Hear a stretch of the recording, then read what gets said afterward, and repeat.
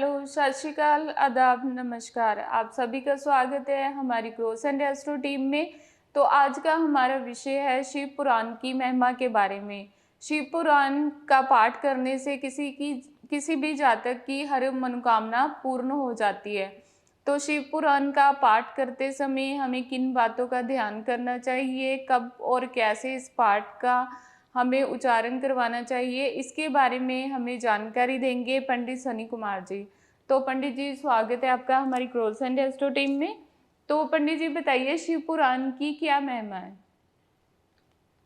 शिव पुराण के बारे में अगर हम बताने लग जाए तो आपको मैं बताना चाहता हूँ कि जब भी हम शिव पुराण पढ़ते हैं, वेदों में शास्त्रों में भगवान शिव की महिमा को नेति नेति कहकर, यानी कि इसकी महिमा का अंत नहीं बताया जाता। भगवान विष्णु के सिवाय और कोई शिव महिमा के बारे में पूर्ण वर्णन नहीं कर सकता।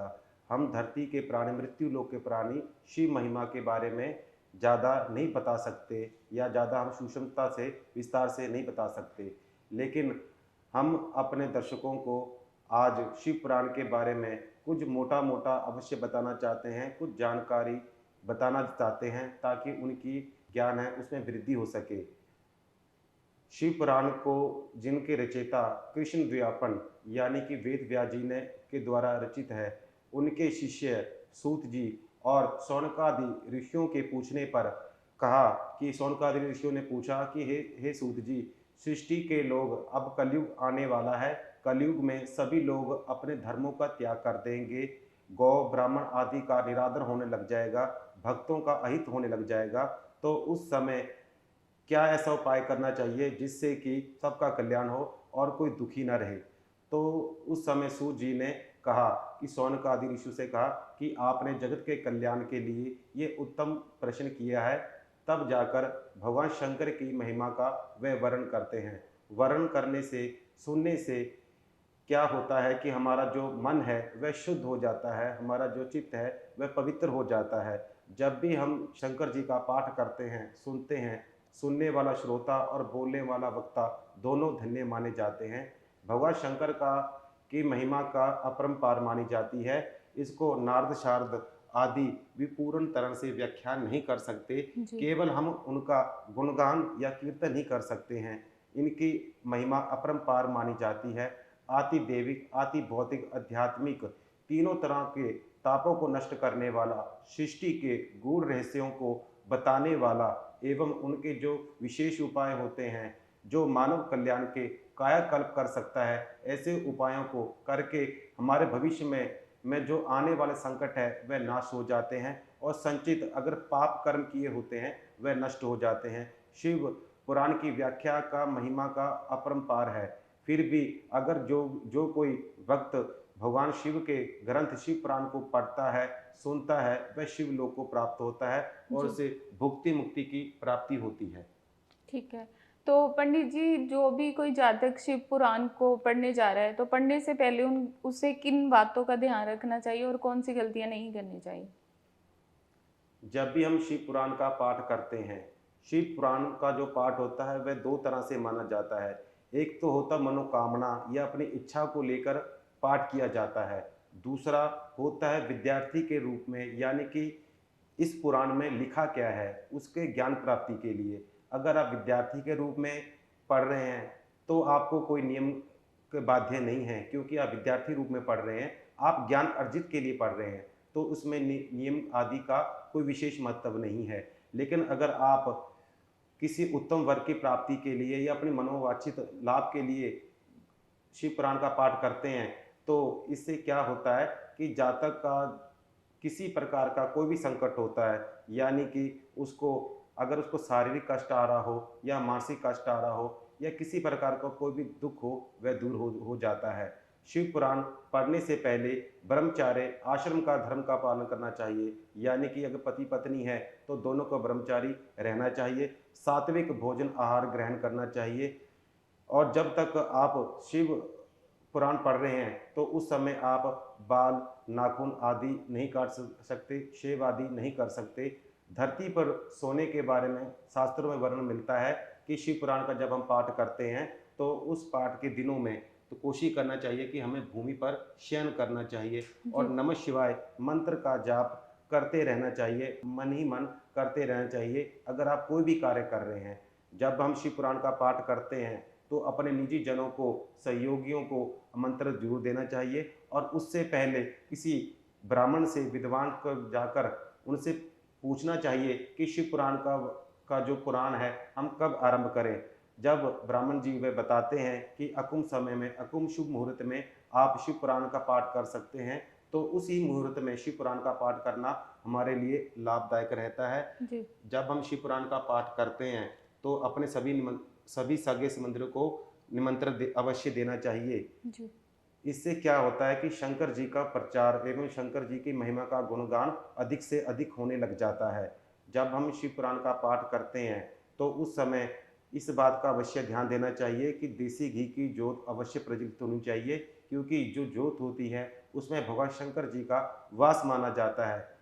अगर हम जिस भी देवी देवता को ध्याकर जब हम जोत जगाते हैं, तो वो साक्षात ज्योति स्वरूप माने जाते हैं। शिव परिवार का पूजन विधि विधान से करना चाहिए। अगर आपके घर में भगवान का विग्रह है किसी धातु से निर्मित, तो उनको पंचोपचार, षोडोपचार पूजन जरूर करना चाहिए। उसके बाद शिव पुराण का पाठ करना चाहिए। शिव पुराण का पाठ करने के पश्चात आरती भोग अवश्य करना चाहिए और नमः शिवाय मंत्र का गुणगान कीर्तन करना चाहिए। इससे करने से जातक को अनंत लाभ प्राप्त होता है। जी। राशि यज्ञों के बराबर इस पुण्य को माना जाता है। जो कोई व्यक्ति इन विधियों को करने से पहले इन सावधानियों का प्रयोग करते हैं, वह निश्चित ही अपनी मनोकामना को पूर्ण कर लेते हैं।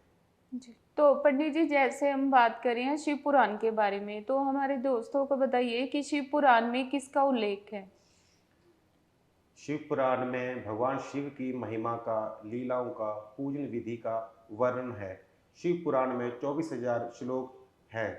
इसे कृष्ण द्व्यापन वेद व्यास जी द्वारा कृत माना जाता है, उनकी रचना है। इसमें इसमें विदेश्वर संहिता, रुद्र संहिता, शत रुद्री संहिता, कोटि रुद्री संहिता, उमा संहिता, कैलाश संहिता, वायु संहिता है।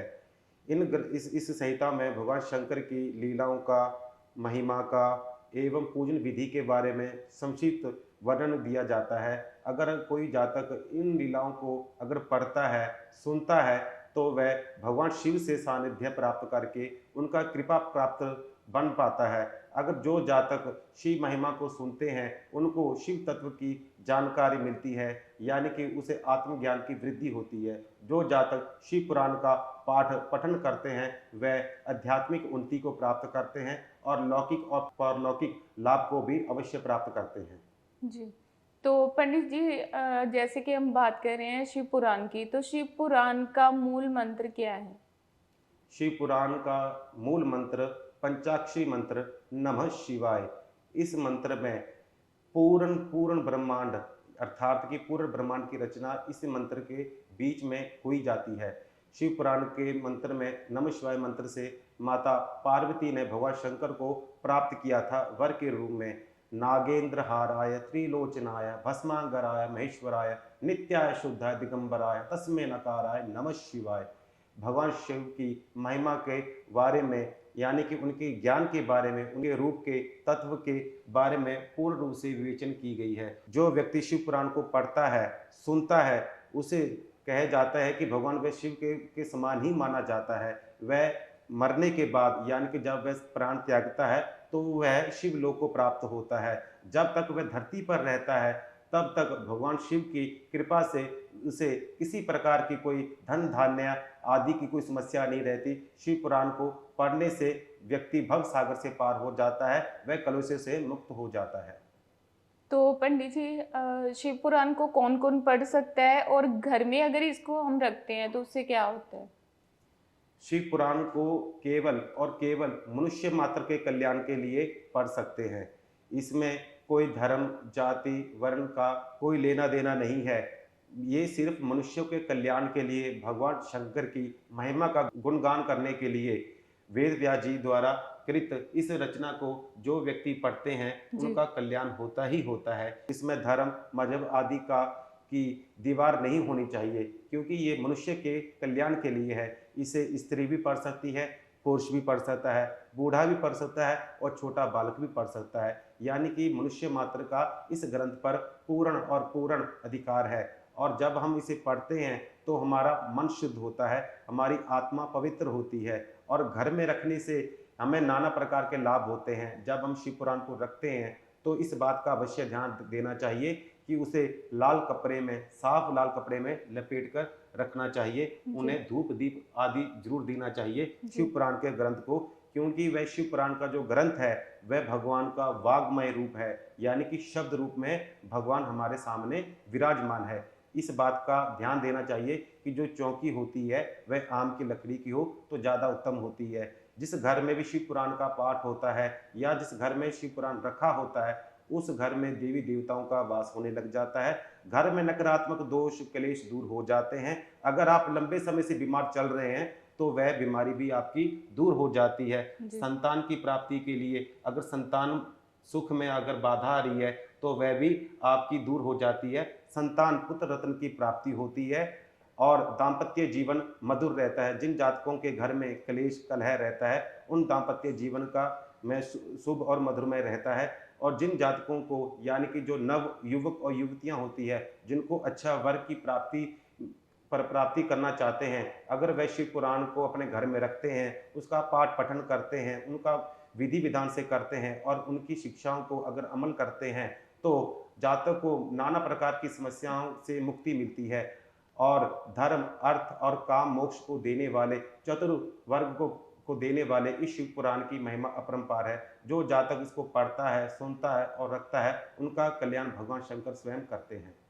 तो पंडित जी बताइए, शिव पुराण को कब पढ़ना चाहिए, और इससे जो भी जातक उसको पढ़ता है या किसी पंडित से उसका अध्यापन करवाता है तो उससे जातकों को क्या फल मिलते हैं? जब भी हम शिव पुराण का पाठ करते हैं तो इस बात को अवश्य ध्यान देना चाहिए कि जब हम शुभ मुहूर्त में शुरू करते हैं तो शुभ मुहूर्त में अगर करते हैं तो उसका लाभ अनंत गुना रहता है। इस बात का अवश्य ध्यान देना चाहिए कि जब हम शिव पुराण को पढ़ते हैं, सुनते हैं, तो उसमें त्रुटि नहीं रहनी चाहिए, अशुद्ध उच्चारण नहीं होना चाहिए। सर्वप्रथम गणपति महाराज का ध्यान करना चाहिए, गणेश मंत्र का जाप करके वक्रतुंड महाकाय सूर्यकोटि समप्रभा निर्विघ्नं कुरु देव सरकार सर्वदा। यानी कि जब हम पूजन से पहले गणपति महाराज का अगर नाम उच्चारण कर लेते हैं, उनका ध्यान कर लेते हैं, तो जो विघ्न आते हैं वह दूर होने लग जाते हैं। और इससे क्या होता है कि जब हम गणपति महाराज का नाम लेकर जब हम पाठ पठन करते हैं तो हमें हमारी जो मनोकामना है वह अवश्य पूर्ण होती ही होती हैं, क्योंकि भगवान शंकर ने और माता पार्वती जी ने गणेश जी को ये वरदान दिया था कि जब तक आपकी पूजा नहीं होगी, उससे पहले अगर कोई व्यक्ति मनमाने ढंग से कोई पूजा करता है उसमें उसे सफलता प्राप्त नहीं होगी। केवल गणेश महाराज जी का नाम स्मरण और ध्यान करने के बाद अगर हम किसी भी देवी देवता या कोई भी मांगलिक कार्य या शुभ कार्य करते हैं तो हमारा वह अवश्य सफल होता ही होता है। जी। और इस बात का अवश्य ध्यान देना चाहिए कि जब हम शिव पुराण का पाठ कर रहे हैं तो उस समय किसी प्रकार की अपवित्र या गंदगी नहीं होनी चाहिए। भगवान शंकर का अगर विग्रह हो तो उसको स्नान आदि जरूर कराना चाहिए।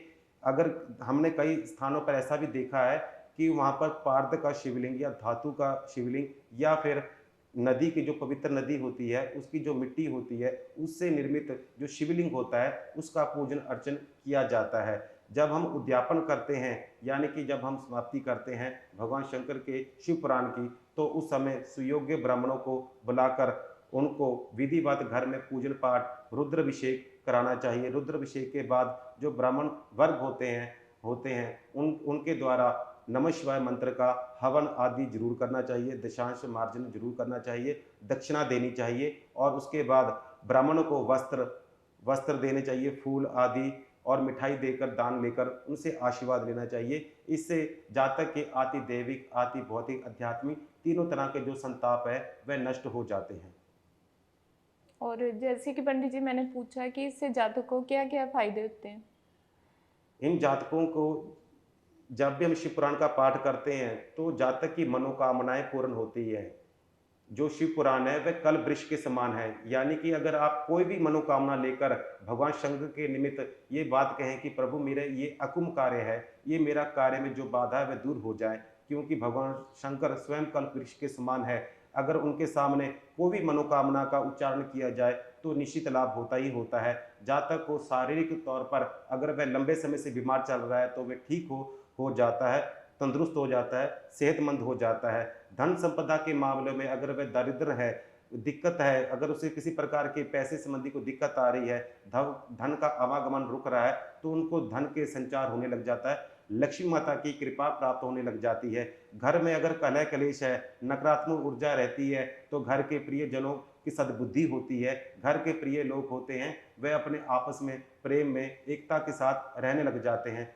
संतान की अगर सुख नहीं प्राप्त हो रहा, पुत्र रत्न की प्राप्ति नहीं हो पा रही, तो उस रत्न की प्राप्ति होने लग जाती है, जी। शत्रुओं का नाश होने लग जाता है, मनोभिलाषित वर को कन्या और कन्या को वर की प्राप्ति होती है। यानी कि उसे अच्छा दाम्पत्य जीवन निभाने में सहायता प्रदान करने में ये ग्रंथ बहुत सहायता प्रदान करता है। और अगर आपकी कुंडली में, अगर आपके भाग्य में अकाल मृत्यु का योग भी है, तो वह भी भगवान शंकर की कृपा से वह टल जाता है। भगवान शंकर के शिव पुराण की महिमा और उनके अगर फायदे बताने लग जाएं तो सुबह से शाम और शाम से दिन हो जाए, लेकिन उनकी जो महिमा है, उनके जो गुणों के और लाभ है, उनकी महिमा के बारे में बताने में फिर भी हम मनुष्य मात्र असमर्थ ही रह जाते हैं। जी। पंडित जी, आपने हमारे दर्शकों को शिव पुराण के बारे में बहुत ही अच्छे से जानकारी दी। उसके लिए क्रोसेंट एस्ट्रो टीम की तरफ से आपका बहुत बहुत धन्यवाद पंडित जी। जल्दी मिलते हैं नेक्स्ट वीडियो में।